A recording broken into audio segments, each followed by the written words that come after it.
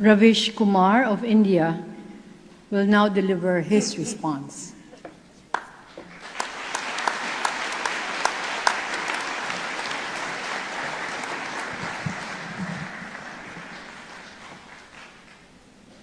Namaskar. Vice President of the Philippines, Maria Leonor Robredo. Former President Fidel V. Ramos, trustees of the Ramon Magsaysay Award Foundation, distinguished guests, members of the Magsaysay family, fellow awardees, ladies and gentlemen.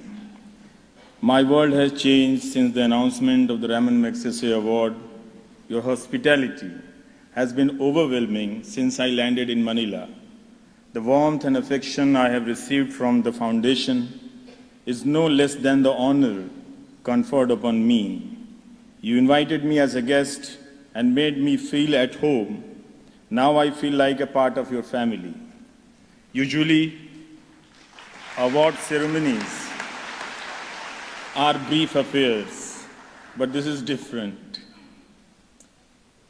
It has been a humbling experience and makes me feel more responsible than before. Inequality is mostly measured in terms of health and economy, but the time has come for us to take cognizance of knowledge inequality as well.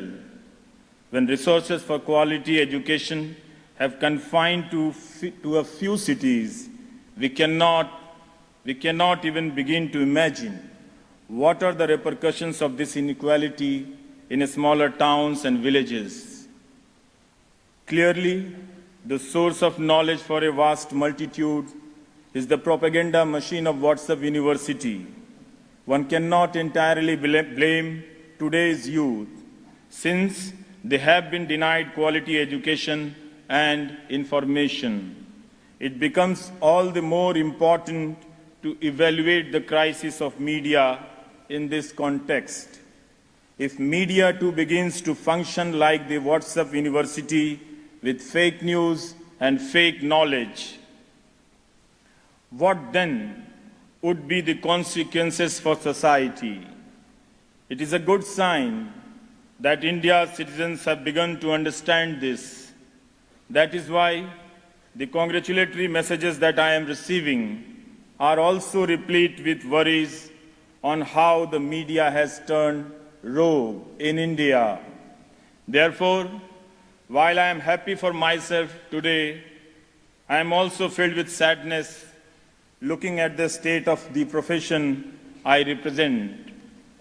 Indian media is in a state of crisis, and this crisis is not accidental or random, but systemic and structural. Being a journalist has become a solitary endeavor, as uncompromising journalists find themselves being forced out of their jobs by news organizations, and those corporate owners are never questioned. Nevertheless, it is heartening to see that there are still some who continue to put their lives and careers at risk to practice honest and meaningful journalism. Some women journalists are speaking out and managing to survive on freelance earning. With the internet still shut down in Kashmir, most major news channels went along with government's stand.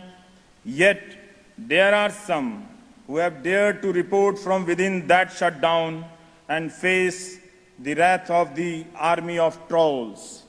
While institutional journalism is facing a crisis, individual journalists are struggling to survive and question authority. Can we restore the sanctity of the news?